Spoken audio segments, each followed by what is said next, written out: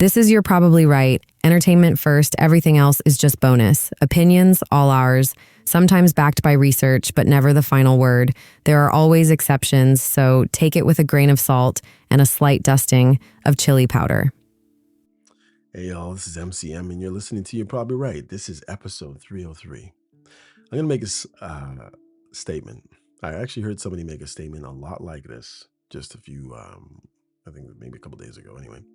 It goes something like this, not exactly, but it says, I haven't spent my entire life living amongst people in different institutions. I haven't spent my hours doing this, writing, talking, thinking about people's struggles, values, things that real people go through, just to be lectured on what I'm allowed to believe or say. I'm not here for approval. I'm here because honesty still matters. Now, sometimes I do some of these episodes and, sometimes, I'm in a weird space. And today is one of those, and I'm just calling it out. So take everything I say with a grain of salt. Sometimes we get in our feelings, and when we get in our feelings, sometimes we say things that we shouldn't say. And sometimes we get in our feelings, we can't find the words because our emotions sometimes overtake our mental capacity but understand something. Although I always tell you, and it is true, that every episode is for entertainment purposes only, a lot of the time, I don't know why my throat's going like that. I just drank some coffee, but a lot of the time, I'm struggling just to give you exactly what I want you to know. Sometimes there's research and I don't cut it exactly the way I don't get exactly everything out that I want to say to you people. So I just want to say that I understand sometimes I fall short on explaining exactly what I'll be talking about, but understand that a lot of what I say, especially when I go off script, is just my heart that day. You know what I mean? Maybe somebody cut me off on the road. Maybe I came up and things are going sweet, and you know what I mean? So just saying that to say this, that sometimes I don't get everything out, and sometimes I get probably too much out and say too much. But at the same time, it is what it is. But let me say this. There are people you pass every day who you think you know. Not because you've asked, not because you've told them, but because familiarity feels like understanding when you see someone often enough. Same hallway, same routine, same polite exchanges. And somewhere along the line, that becomes a substitute for actually knowing or being known. We spend our lives moving through places that slowly train us how much of ourselves is acceptable, what tone is safe, what thoughts should stay internal, what truths need to be softened so they don't make anyone else feel uncomfortable. And if you are someone who was raised to keep things together, to be composed, to carry yourself properly, you learn early that saying everything is rarely rewarded. You learn that clarity does not always bring peace. Sometimes it brings consequences.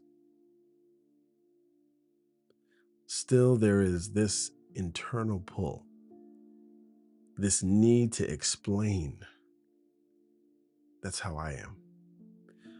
To correct the record, to say, wait, that is not what I meant. That is not who I am. You missed something important. And for people like me, that pull is so strong Because when you live most of your life contained, regulated, functional, responsible, the unsaid things start to stack up quietly. They don't explode, they just accumulate. Little misunderstandings, small compromises, moments you let pass because addressing them felt like too much work, too much emotional math. And one day you realize you have become very good at managing situations that don't quite fit you anymore. You know how to operate in rooms without belonging to them. A lot of the time, all of this stuff that has happened to you that you've taken part in give you an imposter syndrome of sorts. You know how to be helpful without being held. You know how to show up without being seen. That kind of adaptation looks like maturity from the outside, but internally, it comes at a high cost. Because when you give peace or pieces of yourself away in fragments day by day, when you explain just enough but not fully, when you play politically correct, when you're scared to say something because of, as they say, DEI or everything else, when you carry other people's comfort on your back, you start to lose track of where you actually stand.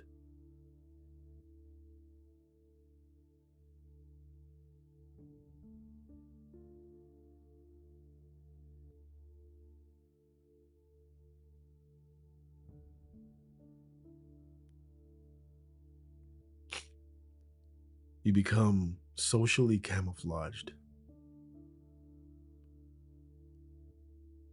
You blend in well. You function. You're reliable. And then you look in the mirror one day and think, when did I start accepting this version of myself in my life as a finished product? You're not angry. You're not dramatic, just quietly disappointed. There's a reason and there's a season where you lose time. Not weeks, not months, years. You are not falling apart, so nobody notices. You are not loud about it, so nobody asks. And when you finally lift your head, the world is shifted. People have moved on, opportunities have passed. The energy you once had now has to be managed instead of just spent freely. Because you've been nipping and tucking and hemming all your life. And you carry the strange grief of realizing that nobody stole that time from you. You gave it away slowly by choosing peace over truth too many times. That is a part nobody talks about. We are told to be honest, but only the kind of honesty that does not disrupt the room. Unless, of course, it goes according to the popular narrative at the time with the people who rule and who support that narrative, of course. We are told to be open, but not inconvenient. Don't make anybody feel uncomfortable. And if you do, make sure it's the right people.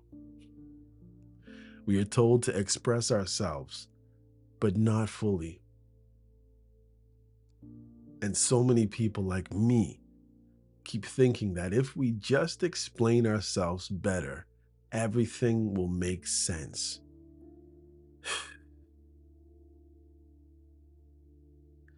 But the truth is, not everyone is listening for understanding. Some people are listening for leverage to use against you later. You don't know why, and you don't know when. Some are listening for reassurance. And if I could give you a hug, I'd give you a hug. Some are listening just enough to keep you useful. The users. And when you finally say what you really mean, it doesn't always land the way you imagined it to. Sorry, guys. Sometimes it costs you access. Sometimes it changes how you were treated, most of the time. Sometimes it exposes that the connection was conditional all along, but you were romanticizing things. You had too much hope, right? It doesn't mean you were wrong to speak. It means you got data. You learned something important about the environment you were in. At this stage of my life, yeah, clarity matters. And it matters more than comfort, I would say. Not because you want conflict, but because you can no longer afford confusion. Not because you want to be harsh, but because ambiguity has already taken enough from you.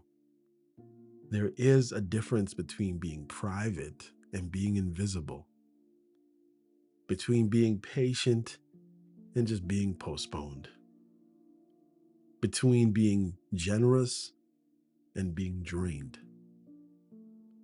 And if you are listening to this and something inside of you feels tight, it might be because you recognize it in yourself. Good thing is, you're not broken. You might be slightly late, but maybe not. You're not naive. You're someone who stayed too long in places that benefited from your silence. This is not about burning bridges, sticking it to the man, or keeping it 100.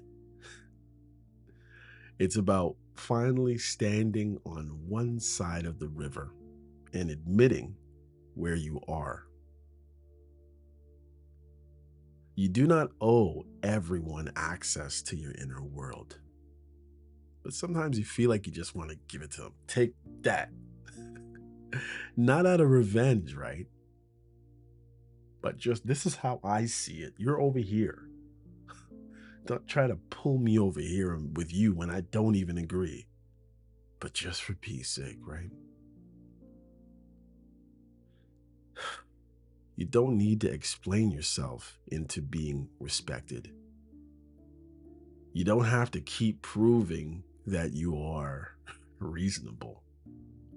Sometimes the strongest move is not saying anymore.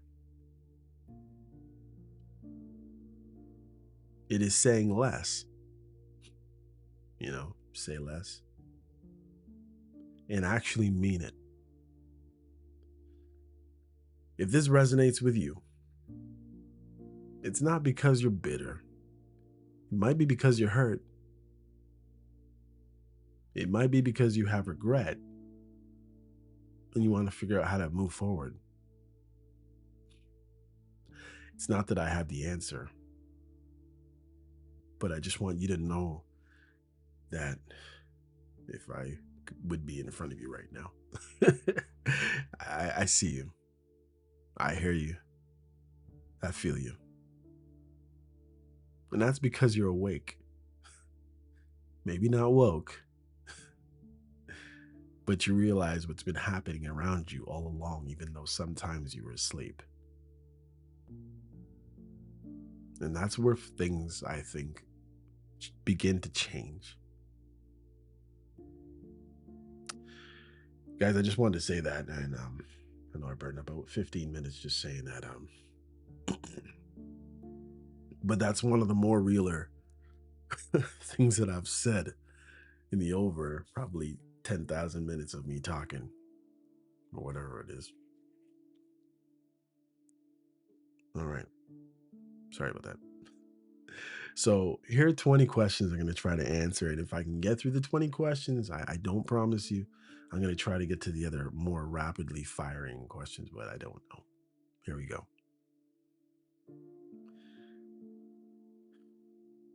When did your life start feeling heavier instead of exciting? Um, I would probably say when I got married the first time, I think. It just comes with responsibility, right? And as kids come, you just become, you just, it's like you become a cog on the family adult wheel, and you have your certain responsibilities, and you try to keep up with them, and you try to make life happy and peaceful and fun at the same time, and you try to move forward in life. Sometimes all those things happening at the same time are very, very, well, most times I would say are difficult for most people. That's my answer. I'm sure the questions will get better, guys. Okay. Or hopefully the answers will. Number two, what part of your life do you need or do you keep explaining to yourself?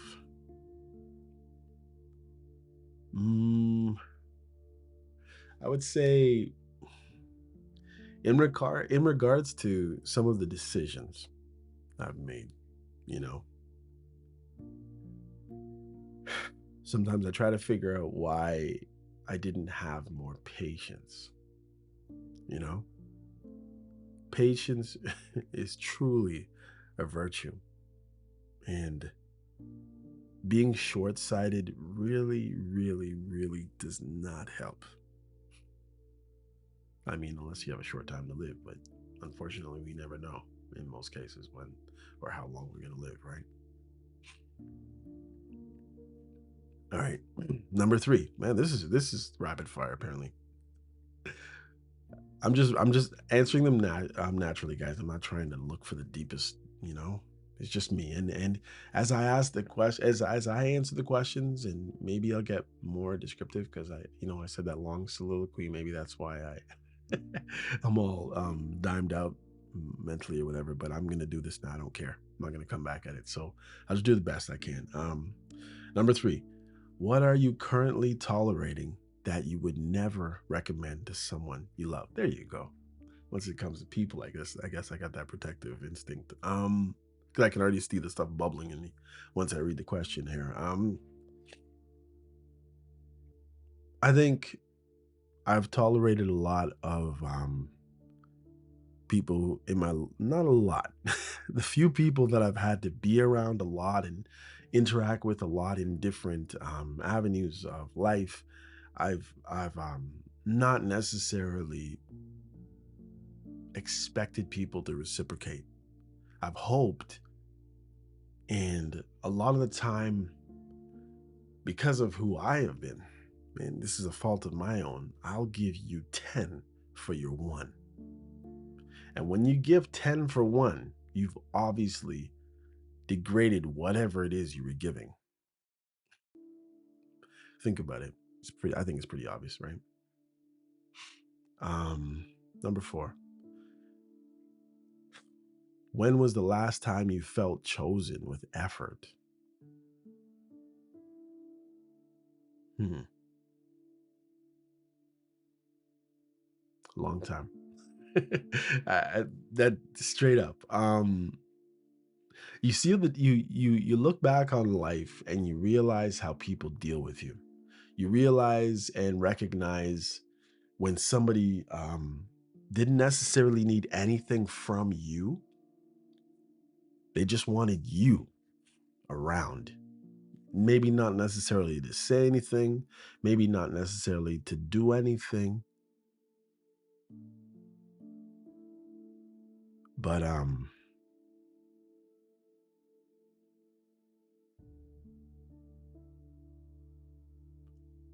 yeah, you just you recognize when people, different people in your life, just are happy enough to be in your presence. And sometimes when people are happy enough to be in your presence, you devalue those people. But those are the people.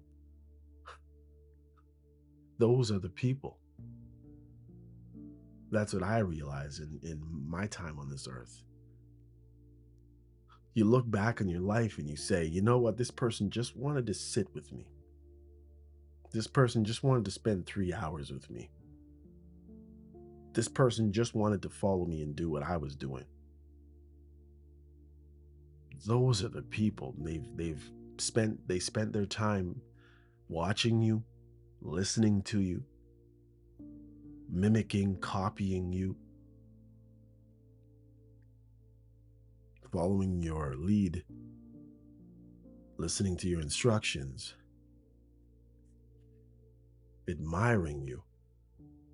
And those are the people many of us have taken for granted. I can't say all of us because I'm sure there's some smart people out there. Some of you have been smart and have somehow latched on. I know I haven't. Or I did, but not for dear life as I should have. Or grim death.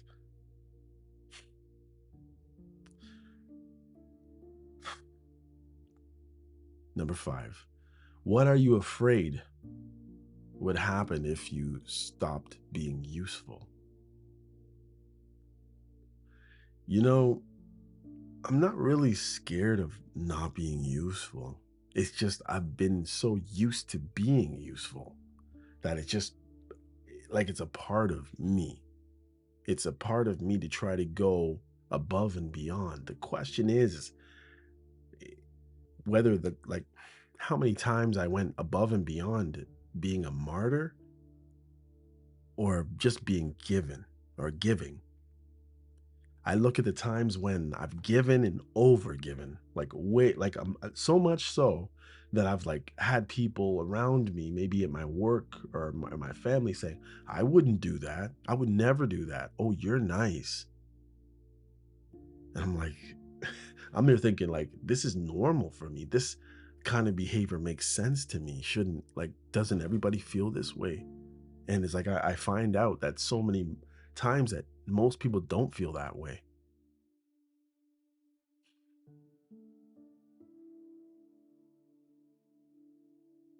Yeah.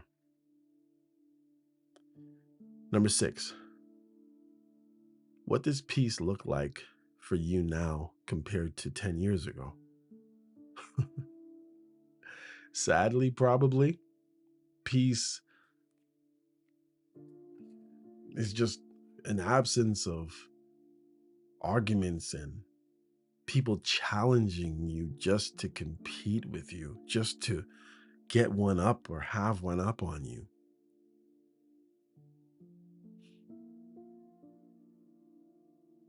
It looks like not having users in your life. It looks like, yeah, it just the competitive. Like, the funny thing is, I played sports for most of my life. Some people don't believe it. When they look at me sometimes, like, you played sports? Yeah, yeah, I did. Yeah, you're all busted up. Well, yeah, it's from all the sports. Um, yeah, I never should have played. Like, okay, just say for instance, in my life, I growing up in Toronto, I first learned how to play hockey, then soccer. later on basketball, and then in high school football. And actually, before that, I taught myself to swim. One of the most proud. I wouldn't even say it taught myself, really. I spent a whole year. I had an episode on this where I wanted to swim so badly. Didn't have lessons. I don't. None of my parents could swim. I don't believe. Um, Siblings, I think. Oh, my brother was a really good swimmer, and neither of my sisters could swim. For some reason, me and him like swim like fish. I don't know why, but the thing is, it took me like half of a summer when I was 12 to learn how to swim. The funny thing about that is that the first day I learned how to swim, right? Remember, I'm waiting a whole year. I've gone as far as jumped into the deep end of 8 foot, 8.5 foot pool outdoors between two buildings that I didn't live at, but I had friends there, so they let us come swimming. Um, and anyway, I got to the point where I was learning how to like kind of swim just below the surface, sort of. At least I was mobile, so I could get from one side to the other side. So I was pushing, even though I could not swim above, on top of the water. And swimming, if you're not able to move across the water and breathe at the same time, I don't consider you being able to swim. Anyhow, the day that I learned how to swim, the night before I had a dream of me swimming. People say if you can see it, you can do it, right? You believe it. You see yourself doing it, you can do it. Well, that happened to me with swimming, and that happened to me with getting my license. Another story, which I've told before. But I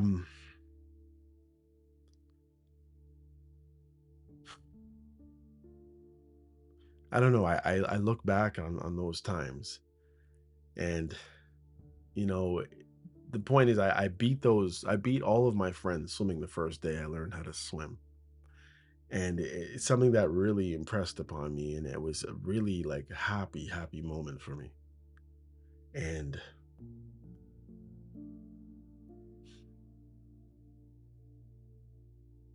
I don't know. I just it's just I lost my train, but the point is, it's just like I think of those times, those wonderful times like that, and just peace, just wonderfulness.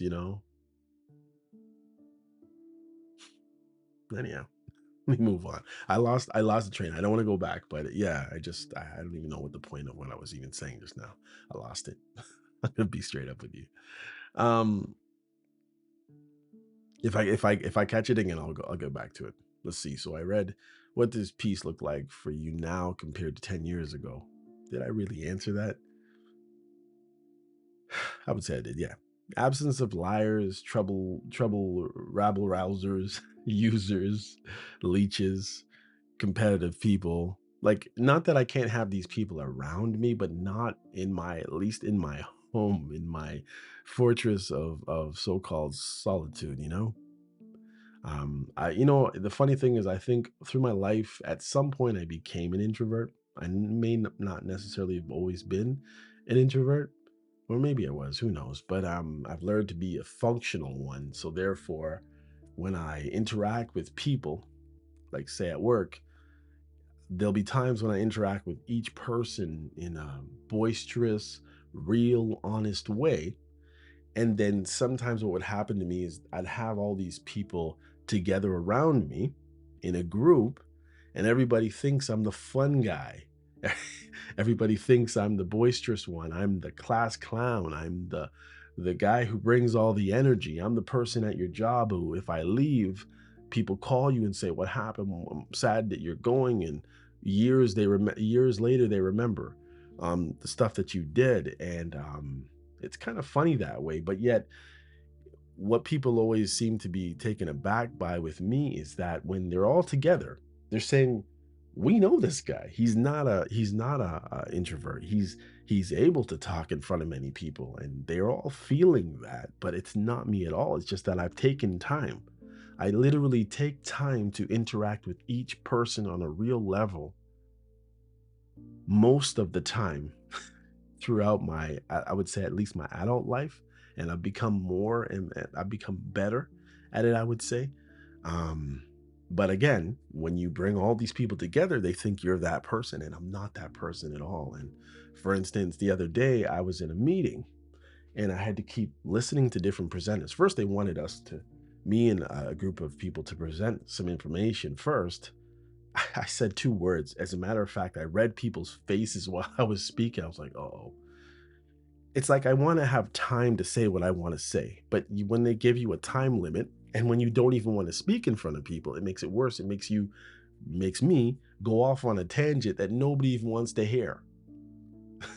I said something stupid. I rambled on about one thing because somebody gave me a direction that they wanted me to talk about something. I talked about it from a really minuscule, small, minimal point of view, and I really got in depth about minimal details that I could see people going, "What the heck is this guy?" So I cut myself off and I just said, "If you want to know more, email me." Oh, it's so stupid. I'm just realizing this now, so you're getting this live. Anyway, this situation happened yesterday. Okay, so moving right along, and guys, this is the kind of episode I envisioned. This is what I wanted. Honestly, I just want to kind of just talk to you. I have many people who just listen to my podcast. I think sometimes just for my personality, not necessarily for my information. Maybe for my corny jokes too. I don't know. Um, Anyways, let me move on. I don't think I read seven. Let me read it. Who benefits the most from you staying the same? Users, people who depend on things from me, whatever those things are. They know what they are. I may not necessarily know. Let's go. Eight.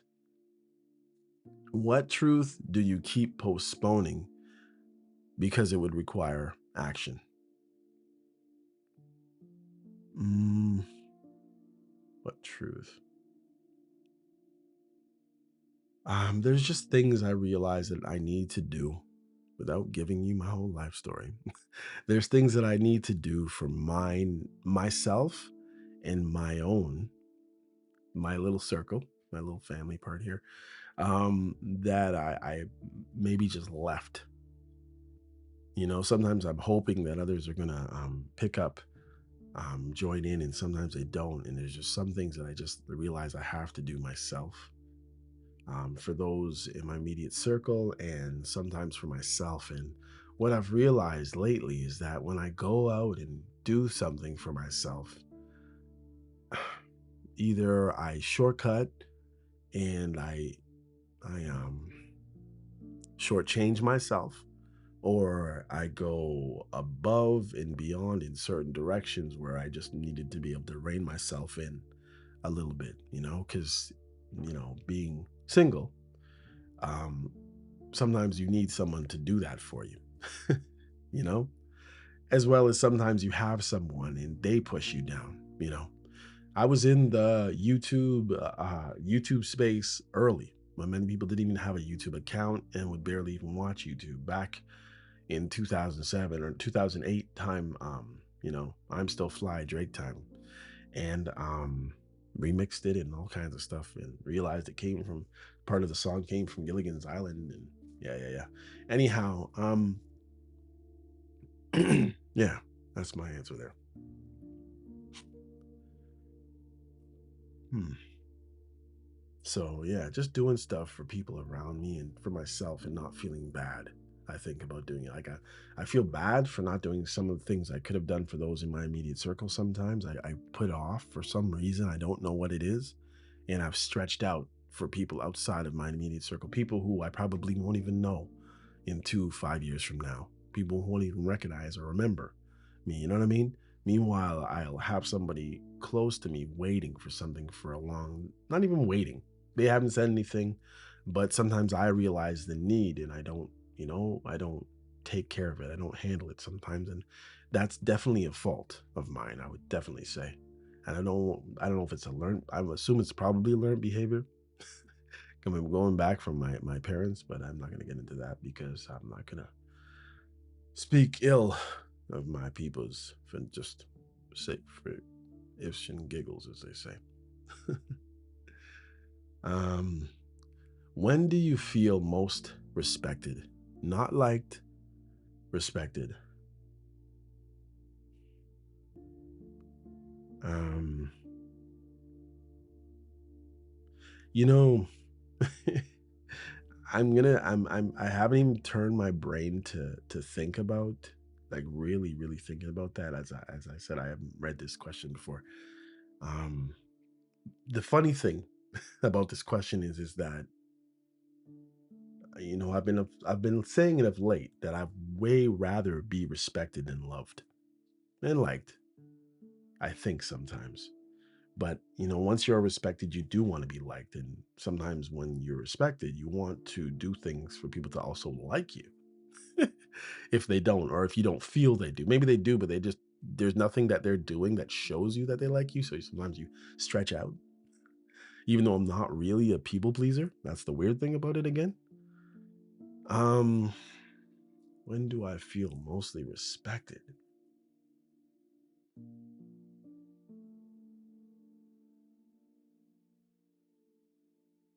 I would look at it when somebody sees something that I've done and they respect and maybe in some way, shape, or form show some kind of gratitude or respect or honor in what I've done and realizing the use, you know? I think probably when someone shows you that you you have use in society, that something that you have done, something that I've done personally, that they'd be like, oh, that's such a great idea. I love what you did over here. Can you show me how to do it? Or can you do this for me like that? Not because they're using you, but they realize that you're coming at it from an angle that maybe they never thought of, or in a way that they're just not able to, and I've had a few of those. So I think once somebody really respected something that I've done, not necessarily for them as a favor, although that is great when people really respect that. When you see, sometimes they don't even have to say anything. I gave something to someone the other day, and it was the look on their face. It wasn't, there was nothing, there was no words that they were going to say to show or to explain to me that they really loved it, or they really expected it, or they really appreciated it. It was the look on their face that, even if they were going to tell me a lie with their mouth or their behavior, unfortunately, I got their real reaction, you know? But at the same time, that person I just probably need to stay away from. But I know that they respected and really appreciated that thing, even if they're a user or whatever it is. Okay. Number 10. I don't think I'm gonna get to all these questions. I'm already at 36 minutes or something. 38. Oh yeah. Yeah, 38 minutes. Okay, no. What do you miss about the person you used to be? Well, I would say, because I'm still me, but the version of me I miss,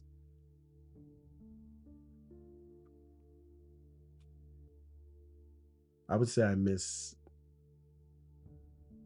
18 or 19-year-old me. Because 18 or 19-year-old me gave a lot less things. I won't say those words. Yeah, I cared a lot less, and I felt the need to say a lot less. I just wanted to do and be where I wanted to be and do what I wanted to do. And that's the best way I can put it. Not that I fully arrived at that point, but I just felt so free, and different from how you feel free when you're 6 and 7, just free, you know, big enough to protect yourself, big enough to make your own decisions,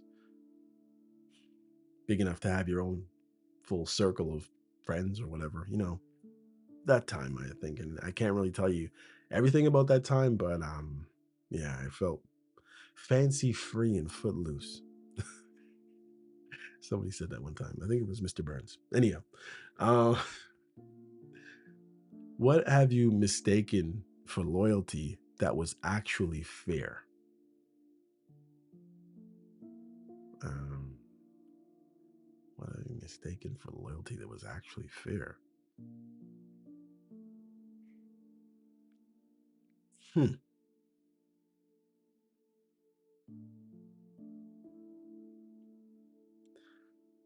Um, oh, when being lied to.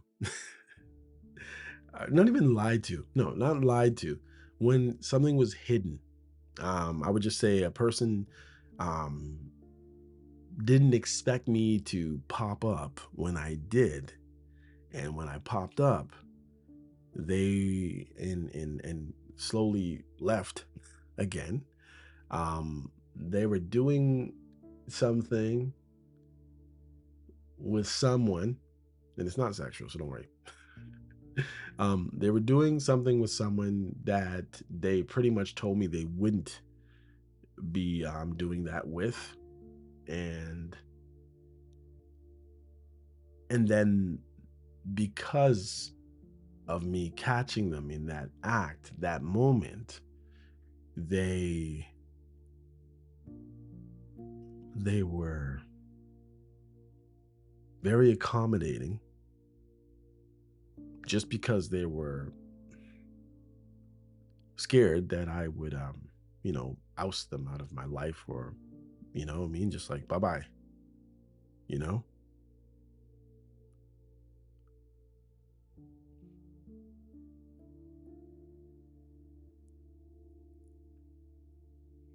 Yeah. So they acted like they were loyal, but it wasn't that, it was out of fear. And I could honestly tell you the diabolical side of me was like, oh yeah.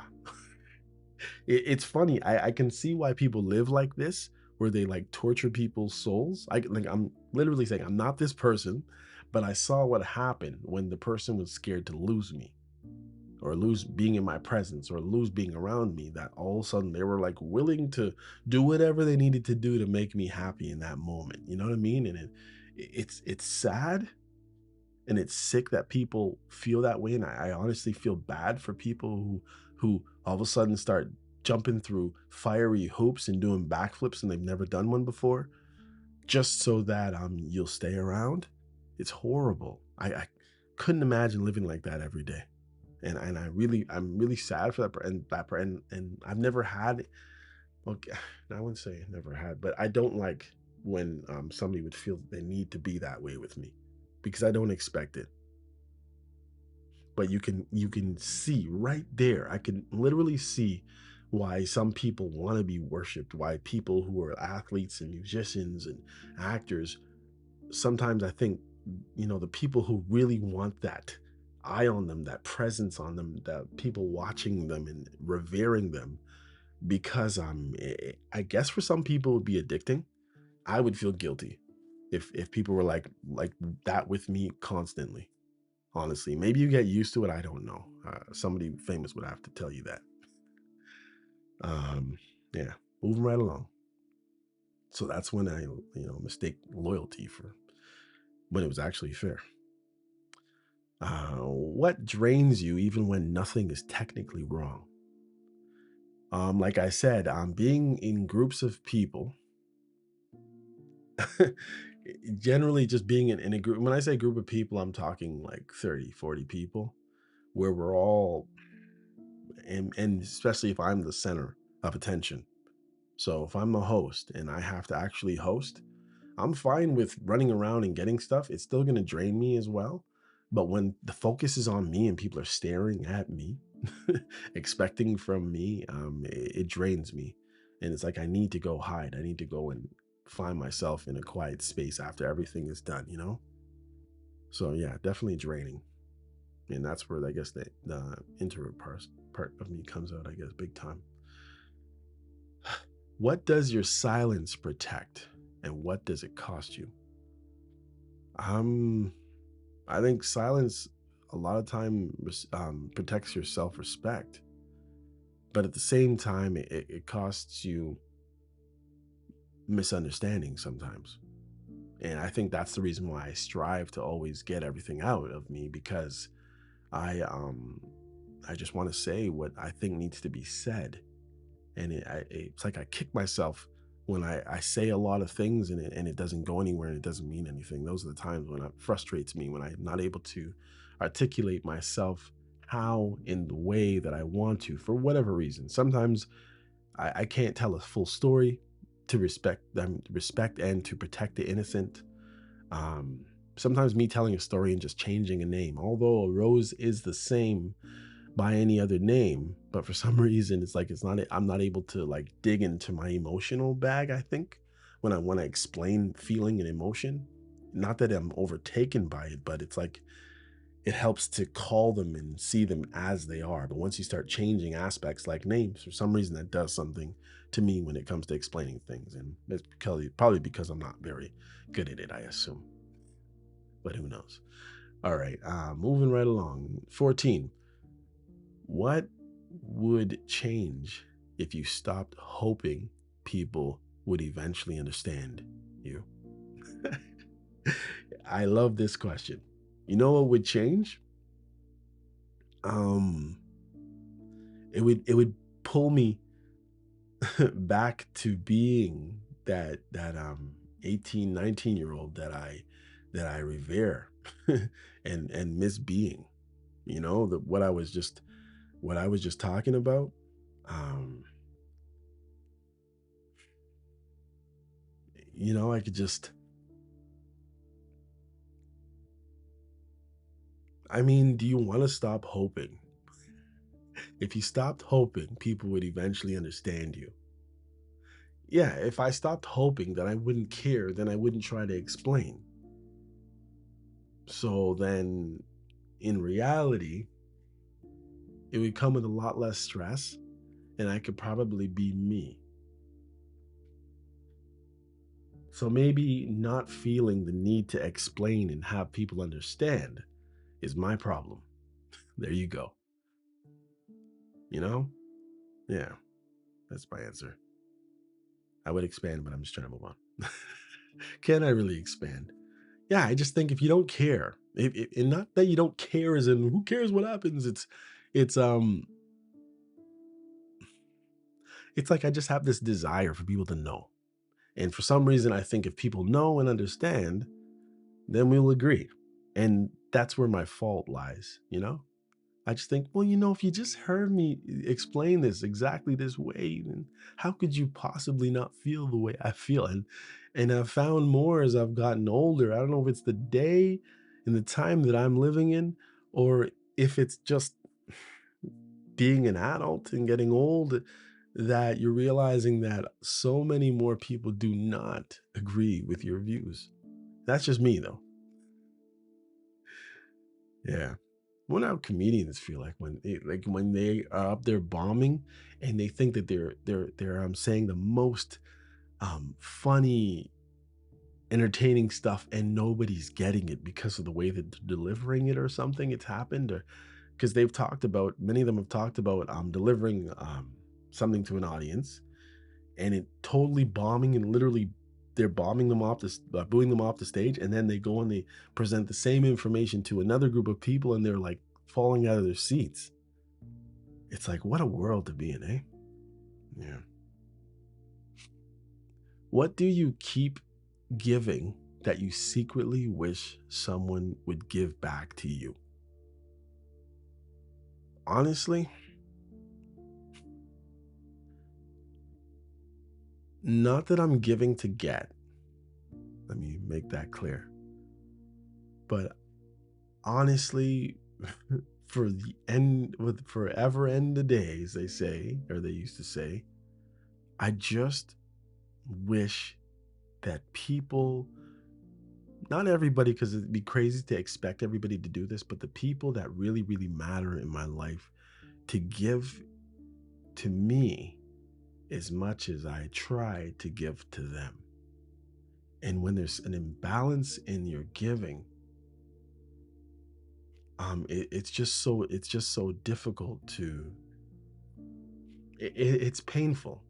Well, I've realized it, and I guess people who give a lot will understand what I'm saying. It's just difficult to give, because every once in a while you get into these seasons and these times when you just don't have it to give, and you're just waiting for someone to give to you to pour into your so-called cup or bucket, and it's sad because sometimes when you are, as they say, a bucket filler,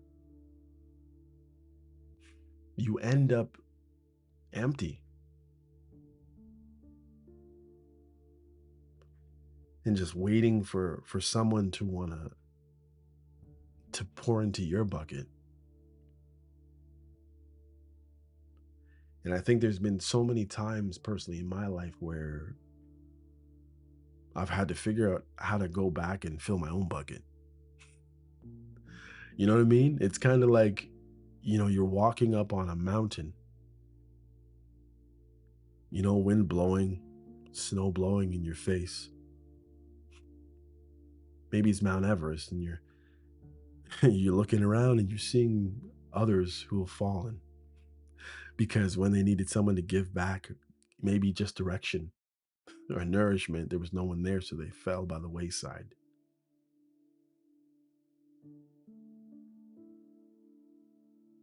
But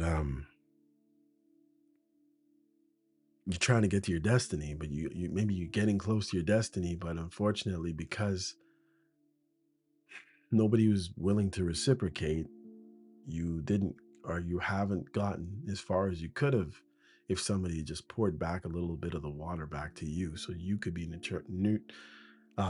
nourished and you can move forward. So sometimes you end up getting stuck because there's no one just to give you a little push. You know what I mean? Yeah.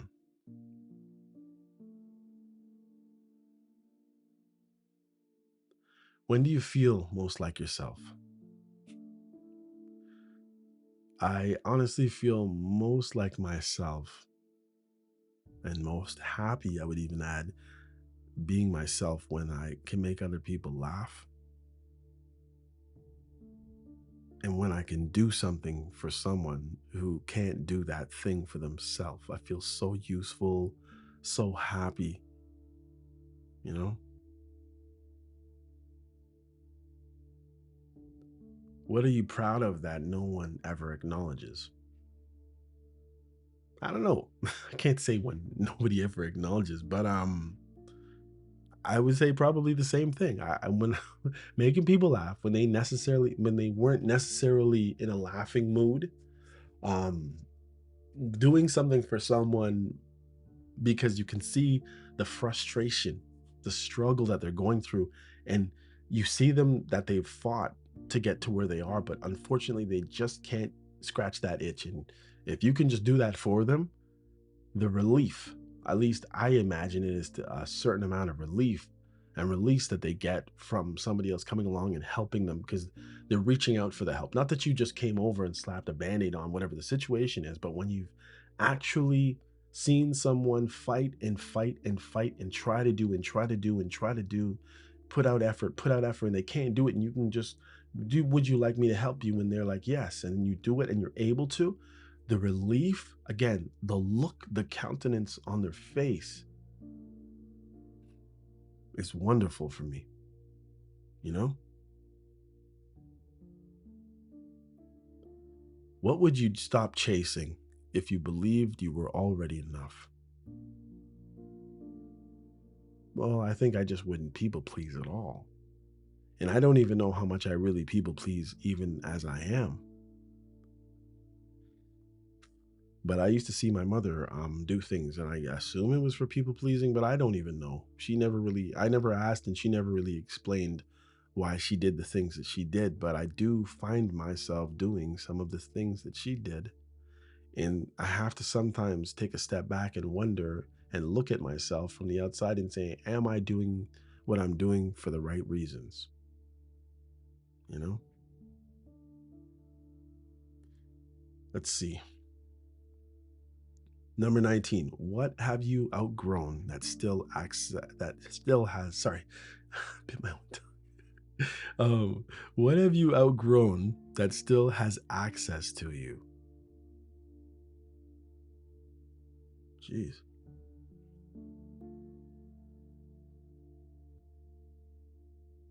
Mm, good question. Yeah, you stumped me on 19. Gee, let me think about this.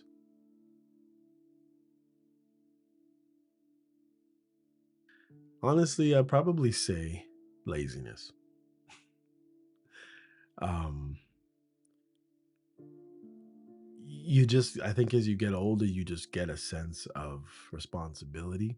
So you know how if you have kids or if you're a young person and you're going to school and it's torture for you or whatever it is, or maybe you're going to a job that you hate and you're literally having a hard time getting to do whatever it is you need to do because you don't see the point, you're not happy doing it. Um, but I think I've outgrown that. But every once in a while, you just feel sapped of energy, and you have to figure out: is it what I'm doing? Is it how much I'm doing it? Or is it the fact that maybe my nutrition is off or my body's just broken down so much that it just can't do what it used to do? Like, for instance, right now, I'm nursing my back, and I don't even know. Like, this is the first time I was telling my kid today, I was saying, this was the first time this week or last week, probably, I guess, was the first time that my back went out, and I don't know when it happened. For me, that's kind of scary. Um, I would say last year, what happened was I decided to get back into trying to weight lift and stuff, and I've been doing a little bit, right? But I not that I'm a weightlifter. I won't say that way, but I do lift weights because I'm trying to work out, right? Um, I decided to let me see if I could deadlift. And the funny thing about this is that one day I did it just as like kind of a feat of strength, and I was videotaping myself. Hadn't deadlifted in about probably 10 years. And I think I had about maybe 345 pounds or something. I don't even know what I had. I can't even say, I'm just saying stuff. But it was three plates of 45. So you do that math on each side of the barbell, right? And this is after not doing it for 9 or 10 years. And I did it pretty good, pretty fine. I can only do that one, I think it was once or twice, probably. And this is because I've had back problems since I was like 17, playing sports at high school. Um, but then I decided, let me see if I can put this into my routine about, say, well, how much longer? Maybe how much longer? Maybe about 4 months after that. And my back, I snapped up some stuff. And then it went off and then it came back. And I said, oh, smart guy. Like Bart Simpson, like. I said, oh, my back feels better now. Let me get back to it again. And I did it again. Horrible. Messed up my back. And then we come to now the present where it was getting better. It felt better. I wasn't like clutching onto my door trying to get out of my car. I wasn't having a hard time getting out of my seat, even at the computer. But then all of a sudden, the feeling, the bad back pain just came back out of nowhere. And I'm saying this has never happened to me before. So, yeah. And again, I don't know how that comes into outgrowing stuff and having access to you, but I definitely would say laziness, you know? But anyways, I don't even know where I went off to there, but whatever.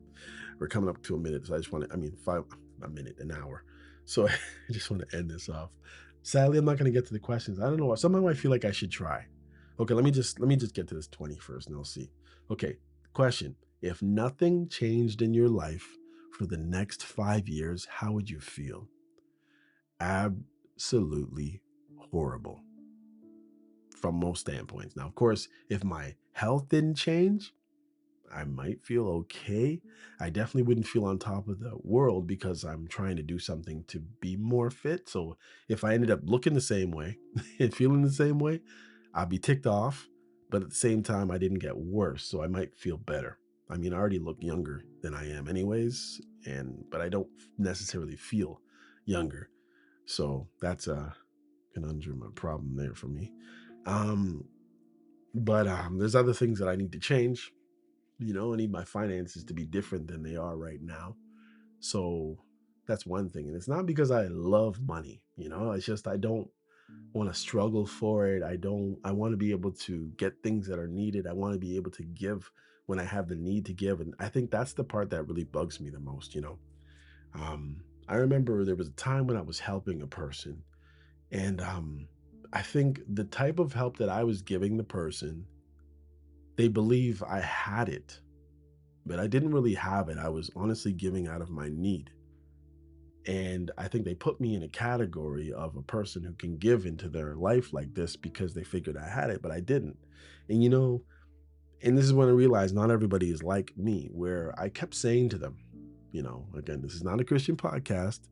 I'm a professing Christian, but I I said to them, I said it's like the widow's mite, and most people who are Christians or who are believers or who've been in a church or two over their time have probably heard the story about the widow and giving, and just realizing that a penny, let's not say a penny, okay, let's say a dollar or a pound given from someone who only had two is a lot, um, rather than someone who had 1,000 and gave one. You understand? It's the same dollar. It might affect the person who's been given the same. So it's still a great thing that you've done. But when one person has actually given out of their need, understanding that, yes, it could help them, but it would also help somebody else.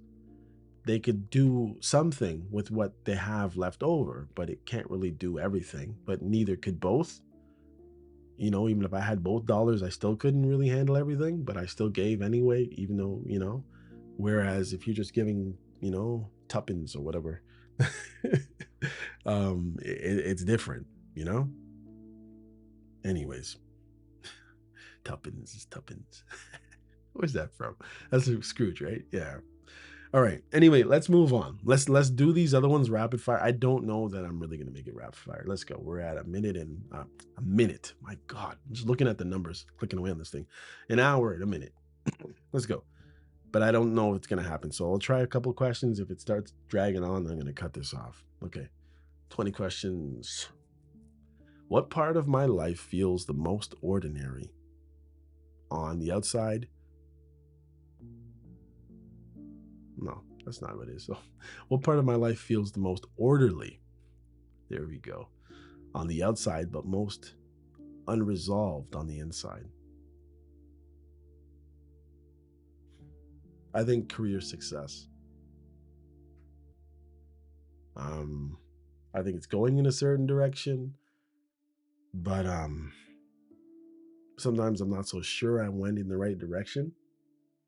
But at the same time, I look at it and say, well, at least I went in a direction. I'm not just floating aimlessly, even though sometimes I feel like I'm floating aimlessly down a path that I don't necessarily have to continue and I could turn in another direction. But it's like sometimes when you have responsibility, you can't even look at necessarily changing paths because you're serving a purpose to, family or whatever, or your inner circle, your relationship or whatever, you're useful. So you just keep being useful, whatever. Yeah. I don't think it's going to be short at all, guys. Let's try number two. When I imagine complete freedom, what is the first responsibility I feel guilty for wanting to put down? Helping others. Sometimes you want to be able to help others, but you want to be able to do it for yourself. So it's difficult putting down their stresses or their burdens on you and picking up your own and doing stuff for yourself. So it's like you feel like you want to be free, but then you feel guilty for not doing whatever it is you're doing for other people at the same time. It's difficult putting down other people's burdens on my life. 3, what do people consistently misunderstand about my availability emotionally or otherwise? I think people a lot of time feel that I'm way more centered and balanced and taken care of than I am. And therefore, some people feel like they don't need to give in to me at all. I'm just being honest, guys. Number 4, in the last 5 years, where did I give more patience than was ever returned? Um, I would say, um, can't see what I mean. Um, let me just say in past relationships. That's the way. Just keep it safe and nice for everyone. I'll just say in past relationships, I stretched myself in many ways, and there was no return.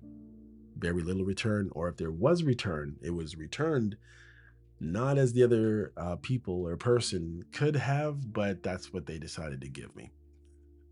You know what I mean? I wanted steak, and they gave me mashed potatoes with no steak or something. Whatever. That'll sustain you. Okay, let's see. Number 5.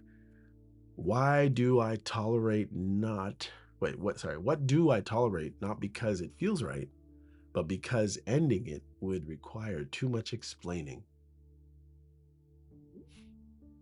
Not much, because I don't mind explaining. I've just realized that many times in my life I've tried to explain, and the more I've tried to explain, the less it helped, which is really weird to me. You know what I mean? Maybe you're not like me. I just figure, it's stupid and it's ignorant and it's childish, I believe.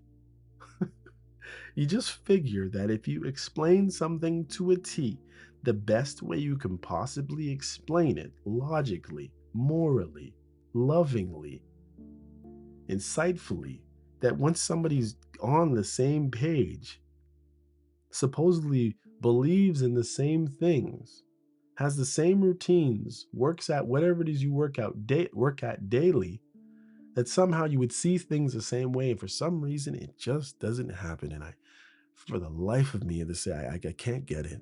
You know? Yeah. Let me just do one more of these. I'm gonna shut this down, yo. I mean, you can always email me and say, "Yo, man, you need to get to those other questions," but I mean, by then I might have lost them. So, anyways, this one, let me do lucky number 7. Let's see. Let's see. When I think about companionship, what am I actually craving? Presence, relief, stability, or being understood? See, this is the kind of question.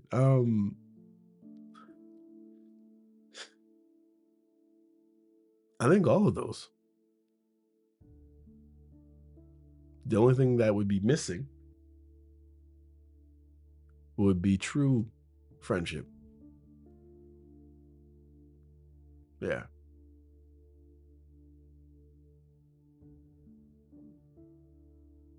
all of those.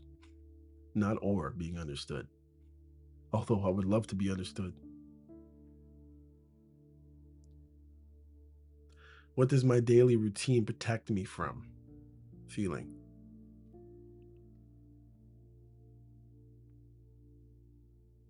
I think it just protects me from feeling useless. Yeah. Okay, let me look for one more. Just for jokes. Um, what the no. What kind of emotional work do I do silently that nobody ever sees or thanks me for? Taking the time to try to fully understand where people are coming from when they're speaking to me in a not in privacy, but just one on one. I think sometimes I realize that you pass somebody in the hallway and you say, "Hey, how you doing?" Or you say good morning, or you say good afternoon, or how are you doing? And I think I realized that the times that I actually take to really sit with that, when I ask somebody and they tell me, and they have something to say, and I take it in and I listen and I give them feedback, it really, really helps people feel seen, heard, and cared about. Yeah, I would say that's the emotional work I do the best I can. Sometimes I glaze over it because I'm ignorant and in a rush or lazy sometimes, but sometimes when I really try to sit with somebody, even if I'm not literally sitting, and it's even if it's just a minute and a half conversation, you can tell when you've connected, and that feels good. So I would say that's the emotional work I do, um, and keep it silent. And I think that's the reason why when I gravitate to someone or someone gravitates to me, and maybe, if I've done this to 4, 15, 30 people, and they all come together at the same time, they think that there's so much more of me to give when there really isn't. That's the crazy thing. Anyhow, hopefully, by the time you've reached the end of this episode, some of me has become clear at some level. The questions were never really about my answers. It was more like you just want to have permission to just be yourself, Permission to just slow down, not all the topics and the concerns and the life struggles, just permission to admit uncertainty, Permission to say, I have not figured all of this out yet. And that doesn't make me weak or useless. We spend a lot of time asking surface questions in life because why? They're safe, right? What do you do? How are your kids? Busy week? But the questions that actually change us are quieter.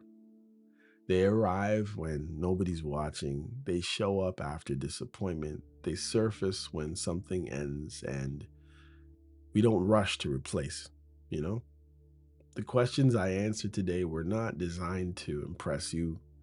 They weren't designed to, they were, I would say, to expose where, the spots where I'm still unfinished, Because growth is not about becoming someone new. It's about reclaiming parts of you set aside just to survive in different situations. Anyhow, if any of these questions stay with you, it's not an accident. It means you've been carrying similar ones, maybe without language, maybe without space to say them out loud. You don't need a dramatic turning point to start asking better questions. You just need honesty with yourself first. And maybe that is real work at this stage of my life, maybe, or maybe yours. Knowing that you can't fix everything, not explaining yourself to everyone, but learning which questions deserve energy and which ones no longer need, you trying to hack away at them. If this episode did anything besides entertain you, of course, I hope it reminded you that reflection is not indulgent. It is necessary. And sometimes the bravest thing you can do is sit with a question long enough to let it change you.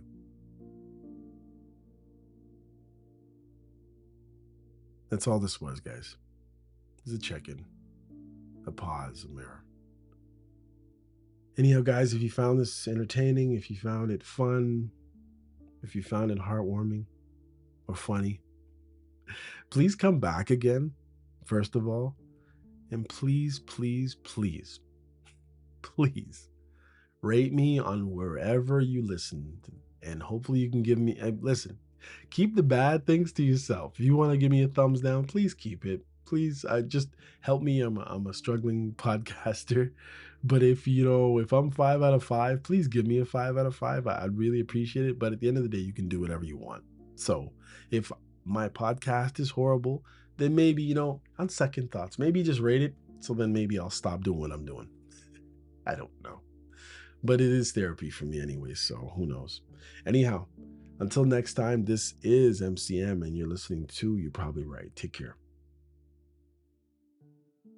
Hey, come check out You're Probably Right podcast. Society is getting more unpredictable every day, but at the same time, predictable in its unpredictability. Say that 4 times real fast. Come with me as I attempt to find clarity in all the fog while staying way outside the box and kicking the box way down the road with my size 12 ducks.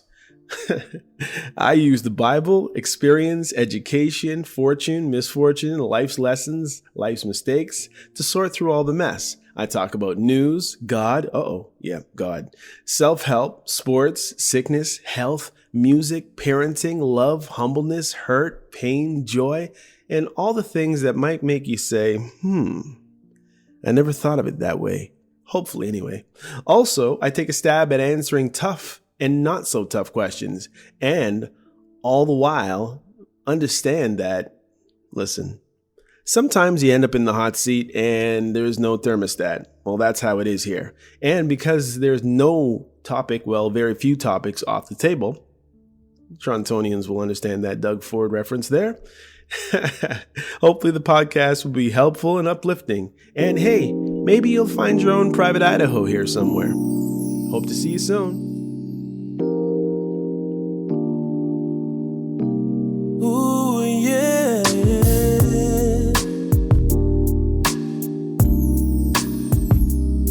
Listen.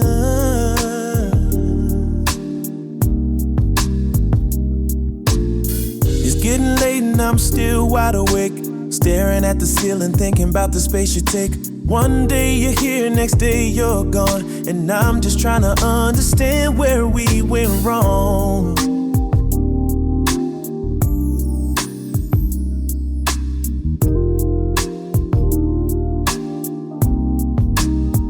You only love me in the middle of the night, then you fade away with the morning light. I need to know, is this for real? Tell me how you truly feel. Oh, yeah.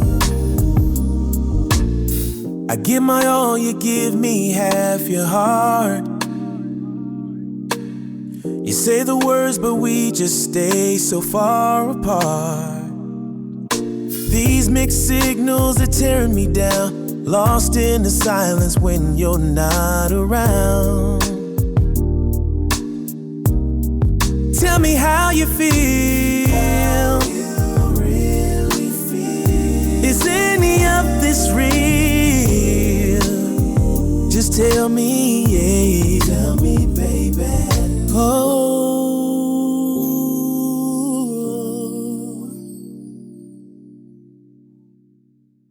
You only love me in the middle of the night. Then you fade away with the morning light. I need to know, is this for real? Tell me how you truly feel. Oh, yeah.